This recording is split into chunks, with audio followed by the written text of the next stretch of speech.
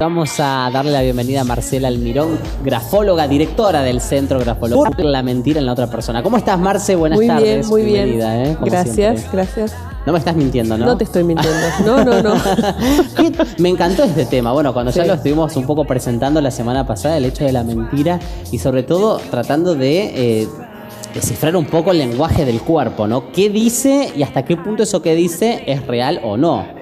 Sí, realmente es un tema muy apasionante y sobre todo que vamos a combinar varias disciplinas, porque vamos a trabajar con psicomorfología del rostro, vamos a trabajar con comunicación no verbal, todo lo que es programación neurolingüística y las microexpresiones faciales. Así que es como un combo ahí que vamos a tener con esto de la mentira. ¿Qué es lo primero que hay que tener en cuenta a la hora de observar el cuerpo o las actitudes de la otra persona con la quien estamos hablando, por ejemplo, y un poco poder determinar si esa persona nos miente o no?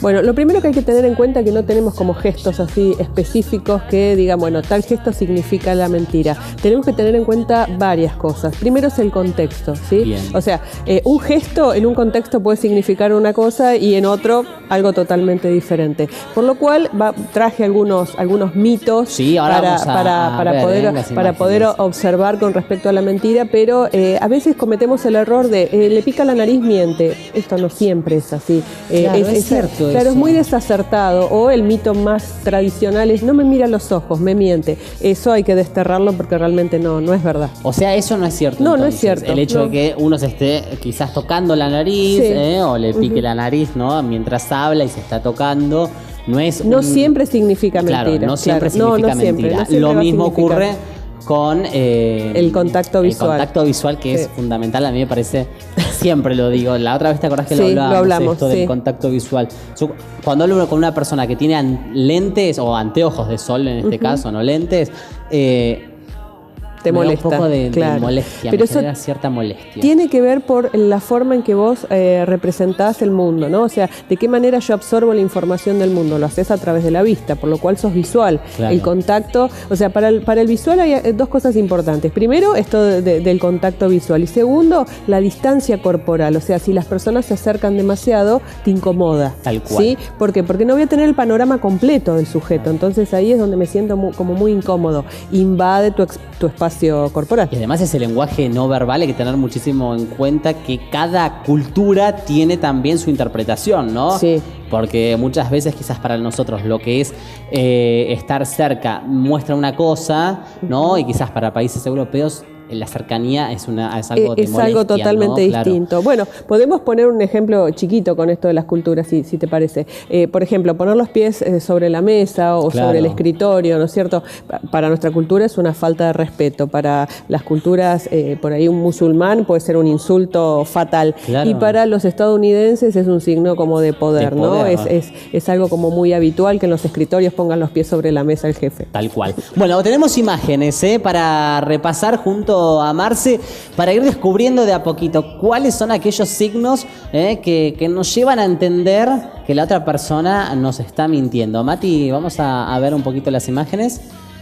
No, esta, perfecto. Claro, acá comenzamos con la presentación, esto de las mentiras. Ahí está, vamos a detenernos acá, en el primer punto, determinar el comportamiento base. ¿Cuál es ese comportamiento base, Marce? Bien, antes de poder establecer que alguien nos miente, tenemos que ver cuál es su estado de reposo, ¿no? O sea, cuando la persona está hablando sin ningún tipo de incomodidad, porque lo que ocurre cuando mentimos es que el cuerpo lo va a manifestar. Claro, nos incomodamos. Nos incomodamos, pero tengamos en cuenta una cosa, que solamente el 7% de la información que estamos emitiendo es verbal, el resto pasa a ser la comunicación no verbal, o sea, nos llevamos por muy poquito cuando estamos evaluando la información que estamos recibiendo a la hora de comunicarnos.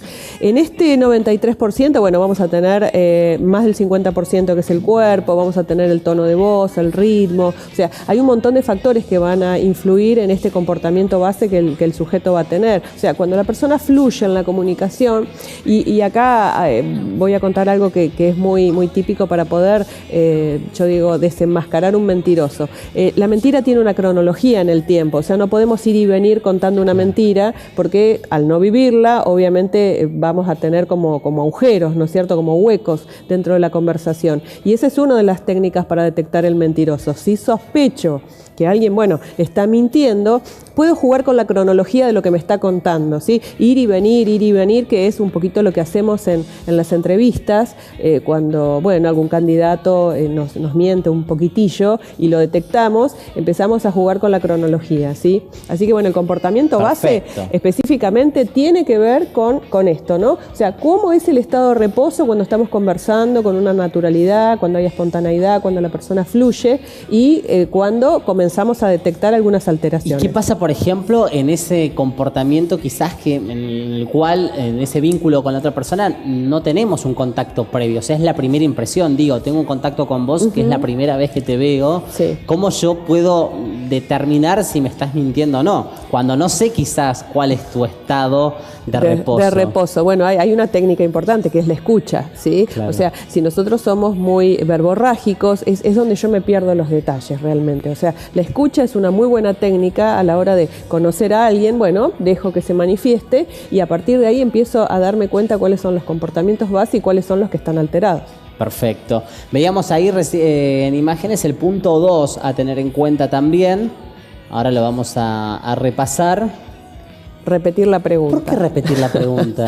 Bueno, esta es otra de las Porque técnicas. yo, por ejemplo, Sí. soy de muchas veces, yo te cuento lo que me Sí, pasa a mí, sí, ¿no? sí. Por ahí alguien me cuenta algo, por ahí capaz que estoy prestando atención, pero bueno, es una que como que pierdo el hilo de la charla, ¿no? Y vuelvo a preguntar, pero no tiene que ver con esto, sí. No, Si no, ya me siento mentiroso. si no, estás siendo mentiroso. No, esto tiene que ver con repetir la pregunta cuando, por ejemplo, ¿dónde estuviste anoche? Una pregunta muy sencilla, ¿no? Y vos me contestás, ¿dónde estuve anoche? Como que no me escuchaste. Claro, ¿sí? eso. No, es como, totalmente claro, es totalmente diferente. O sea, la persona estamos a 1 metro de distancia, Y es por lo raro cual, que no puedas claro, escuchar. y es raro si no hay, ¿no es cierto?, ruidos Claro. que estén interrumpiendo la conversación. O sea, es raro. Entonces la persona repite perfectamente la pregunta, porque uno de los secretos que el mentiroso tiene es ganar tiempo, ¿sí? Para pensar la respuesta. Para pensar la respuesta. Entonces, esto mientras yo repito la pregunta, estoy, ¿no?, elucubrando a ver qué voy a contestar, porque no quiero contestar la verdad, o hay parte de lo que debo contestar que no quiero. Claro. Entonces es una manera, repetir la pregunta,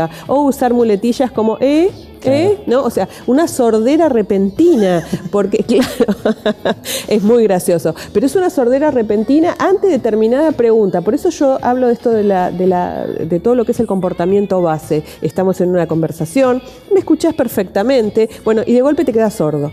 A partir de ahí empieza ese como que no entendí Sí, muy bien. y en cosas encima que te pueden involucrar, porque el mentiroso Sí, va a mentir sí. en ese tipo de situación, ¿no? Absolutamente, ¿no? O sea, Claro. y a veces por teléfono también ocurre, ¿no? O sea, repite exactamente lo que digo, utiliza esta muletilla del y de esa manera es como que gana los segundos y su cerebro, bueno, imagínense lo que ocurre. Claro, no, totalmente. Y bueno, vamos a seguir ahora Vamos a seguir con repasando la tercera. Con la tercera en este caso. A ver si la tenemos. Bueno, el hecho de la mentira, Sí. más allá de un poco recién, vamos a dejar la tercera y ahora vamos a charlarlo. No, porque recién hacías referencia justamente a la importancia que tiene, ¿no?, el lenguaje no verbal. No verbal. Y digo, ¿no? ¿Por qué a nosotros nos hacen o nos hacen más prestar atención en el lenguaje, ¿no? Y muchas veces obviamos esto o nos olvidamos quizás de que el lenguaje corporal dice mucho más, ¿no? Sí. Porque en definitiva lo vas aprendiendo con el tiempo, ¿no? Esto de decir, bueno, a ver, el lenguaje del cuerpo me dice mucho más que las palabras, incluso se complementan y en cierto punto lo que decís verbalmente muchas veces lo contradecís con lo que tu cuerpo dice. Claro, pero es que hay 1 millón de signos no verbales, ¿sí? O sea, son muchos los signos no verbales que tenemos. Entonces, lo que tenemos que buscar es un poco la coherencia, ¿no? Obviamente hay que estudiar programación neurolingüística, comunicación no verbal, o sea, nos tenemos que sustentar en estas disciplinas como para poder hacerlo de manera efectiva. Pero para que cualquier persona se dé cuenta cómo esto funciona, el cuerpo siempre tiene una respuesta fisiológica contraria ante la mentira, ¿sí? Ahora lo vamos a detectar. O sea, tenemos todas las mentiras, siempre genera una reacción psicofisiológica. Sí. ¿Qué quiere decir esto? Quiere decir que ante una mentira mi cuerpo reacciona. ¿Sí? El cuerpo es algo que yo no puedo controlar, ni siquiera teniendo estas técnicas lo podemos controlar. Entonces, los picores de nariz, ¿no? Son específicos y siempre hablo de un contexto, o sea, le va a picar la nariz en una situación determinada. Tenemos, por ejemplo, las personas que ante la mentira o juegan con los anillos, con los relojes. En el caso de los hombres, por ejemplo, se tocan el cuello de la camisa. O sea, es como que necesitan tener un gesto que se denomina de autocontacto. ¿No? Es una manera como de calmar el cuerpo y eso va a hacer que pueda seguir, ¿no es cierto?, manifestando la mentira. Claro. Si somos observadores, si nosotros podemos empezar a detectar cómo es el comportamiento base en una conversación cualquiera, o sea, de un momento a otro que estamos fluyendo en la conversación, automáticamente empiezo con un gesto como que no sé, me empiezo a tocar la pulsera, a veces empiezan a jugar con los anillos, ¿no? Y siempre hablamos de las aletas, la picazón es acá. ¿Por qué? ¿Por qué la nariz? Porque la nariz tiene una cantidad de terminales nerviosas que pican cuando el cuerpo siente esta incomodidad. Entonces no es una picazón de tengo una alergia donde yo me toco la nariz así, sino que la picazón es en las aletas. Claro, con razón algunas escenas de claro, pero es una picazón de una milésima de segundo, o sea, hace esto y sigue conversando, claro. ¿No? Es este reflejo que el cuerpo le genera, esa picazón que es, yo digo, inmediata, ¿no? Que es una picazón que surge de la nada, o el lóbulo de la oreja también. Son como las zonas que solemos tocarnos ante la mentira, como este gesto de autocontacto para controlarnos, ¿no? Claro. Recién un poco hablabas, Marce, de los mitos, ¿no? Sí. Frente a la mentira, y hacías referencia justamente a dos cosas muy, muy concretas, sí. El hecho de la vista, ¿no? Y después el tema de la nariz. De la nariz, también. Sí. ¿Qué otros tipos? ¿De mitos? De mitos. Bueno, a veces ocurre que las personas en esto de los ojos no miran a los ojos, primero porque pueden tener un sistema de representación distinto al visual, ¿sí? Por lo cual el auditivo, la persona que percibe el mundo desde el oído, mira como en un punto fijo, ¿no? Y por lo general no mira la cara del sujeto, sino que lo que hace es prestarnos el oído. Y en ese movimiento que hace es como que, ¿no? Para desviar la conversación. O a veces ocurre que no miran porque intimidamos al otro, se siente intimidado, la persona puede sentir vergüenza. Entonces, bueno, hay un montón de cosas que hablan de que una persona puede no mirar a los ojos y no porque está mintiendo, justamente, claro. ¿Sí? Después, otra de las particularidades que hay con la mentira es esto de, bueno, se cierra así, ¿no? Es como que de alguna manera se está cerrando la conversación. Claro. Esto es un mito, yo digo que hay que desterrarlo. ¿En qué sentido? Yo puedo estar así con los brazos cruzados. Estás cansado. Puedo quizás, tener frío, puedo estar cómoda, claro. Pueden pasar mil cosas. Ahora, ejemplo, la persona está con una postura corporal diferente, claro. Y yo le hago una pregunta específica. Háblame de tu madre y hace esto. Bueno, ahí es donde se ve como nosotros, una respuesta. Claro, exactamente. Es una respuesta, ¿no es cierto?, en donde hay un signo. No quiero, claro. No quiero tocar ese tema, hay un signo de protección, que ahí no es una mentira, ¿sí? Ahí simplemente es un tema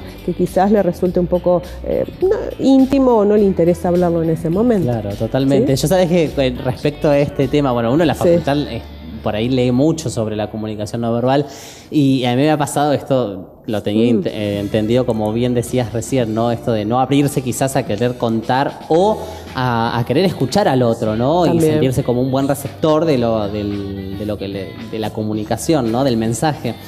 Y siempre aclaro, cuando estoy con alguien así en una reunión o algo, que el estar así por ahí es eso.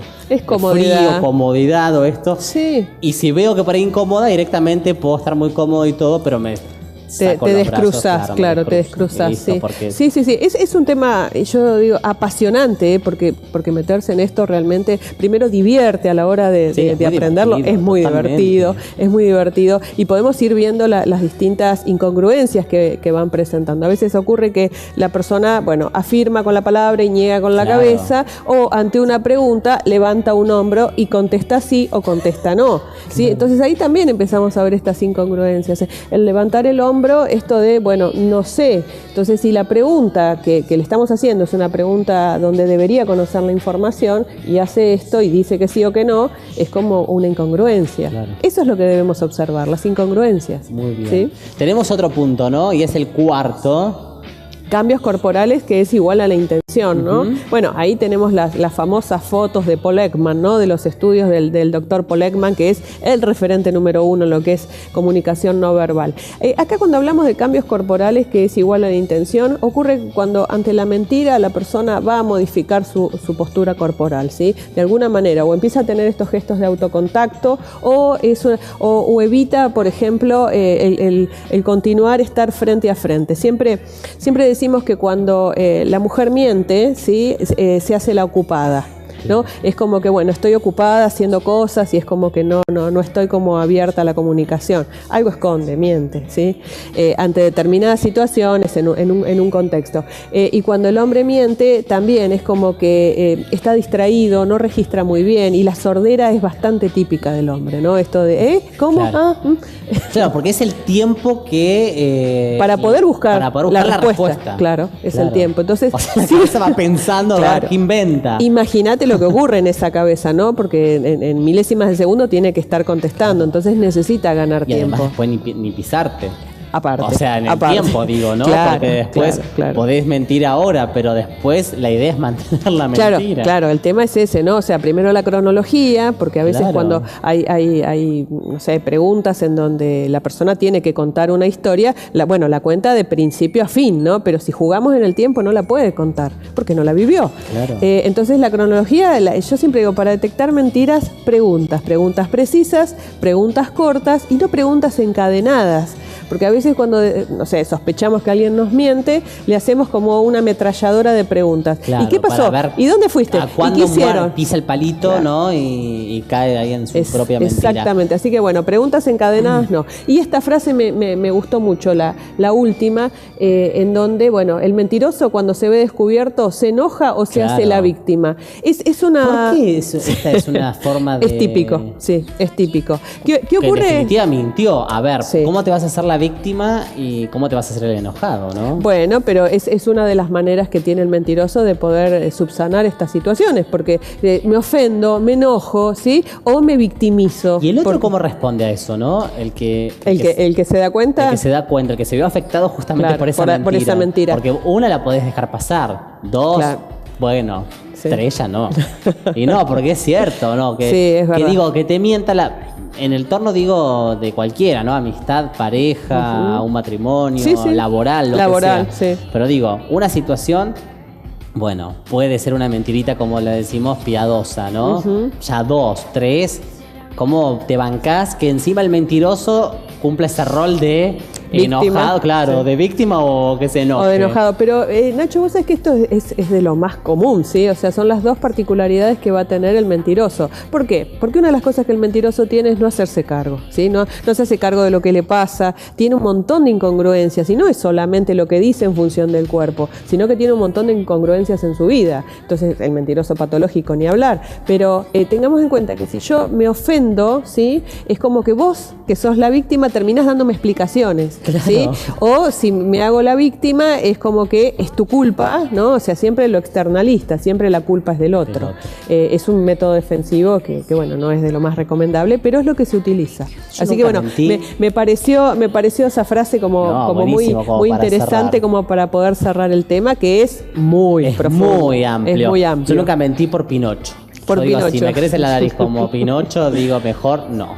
Bueno, siempre con la verdad. El tema de las mentiras, igual hay unas estadísticas que dicen que mentimos cada 10 minutos una mentira, ¿no? Es tremendo. Bueno, yo estoy mintiendo, imagínate. ¿Quién no mintió alguna vez? No, es real. El tema es que, bueno, hay personas que viven de la mentira, viven de lo que no son o de lo que no hicieron. Eso es terrible, ¿no? Sí, eso estamos hablando ya de una patología, en donde la persona no puede evitar mentir, o sea, tiene una necesidad de falsear la información. Porque a veces la mentira también tiene que ver con la percepción de las cosas. Es como que, a ver, podemos poner como ejemplo cuando le preguntamos por un evento a dos hermanos que han vivido en la misma casa con los mismos padres, te lo cuentan diferente. Y no es que estén mintiendo, es la percepción de cada uno. Tal cual. ¿Sí? Con esto me parece que es perfecto para cerrar la charla de hoy. Marce, ¿Talleres, cursos se Cursos, vienen o no? Porque sí. sé que la próxima semana estás ahí de Estoy descanso. de viaje, así que por estoy de 2 viaje. semanas Marce no va a estar acá con nosotros, pero después regresa. Sí, por favor, te lo pido. supuesto. No me vas a Sí, mentir, ¿eh? No con te esto. voy a mentir, vuelvo. Talleres, estamos Ves si comenzando. me decís vuelvo. Vuelvo. La verdad que yo ya estoy afilado. Afilado con estas técnicas. Estamos comenzando un taller de programación neurolingüística ahora en junio, así que bueno, invitamos a todos los Bien. interesados en profundizar en estas técnicas, que nos visiten en Avenida San Juan 1151 o que nos llamen al 299-442-8806. Perfecto. Marce, bueno, felices vacaciones. Gracias. Descansar. Voy a un congreso. O sea, Bueno, pero vas a descansar. Sí, voy a igual, descansar. Más voy a allá descansar. de siempre Sí, estar. sumando conocimiento, también te tomas un descanso, sí. un merecido descanso. Te digo que para esta época viene perfecto. Sí, sobre todo por el calor que Claro, está lindo para ir. Totalmente. Ustedes se quedan, ¿eh? Bueno, Marce, vos también te invito a que te quedes porque en el próximo bloque Susana Ruggiero va a estar con nosotros y vamos a estar hablando de por qué no encontramos el amor. Mira qué tema. Que siempre viste que uno dice, ¿por qué no encontramos el amor? ¿Qué es lo que pasa? ¿Hay algún por qué? Sí, en el próximo bloque nada más te lo vamos a estar contando. Gracias, Marce. Gracias a nuevamente. vos. Gracias. Hacemos una pausa, ya venimos. You heard about me, so hey, let's be friends. I'm dying to see how this one ends.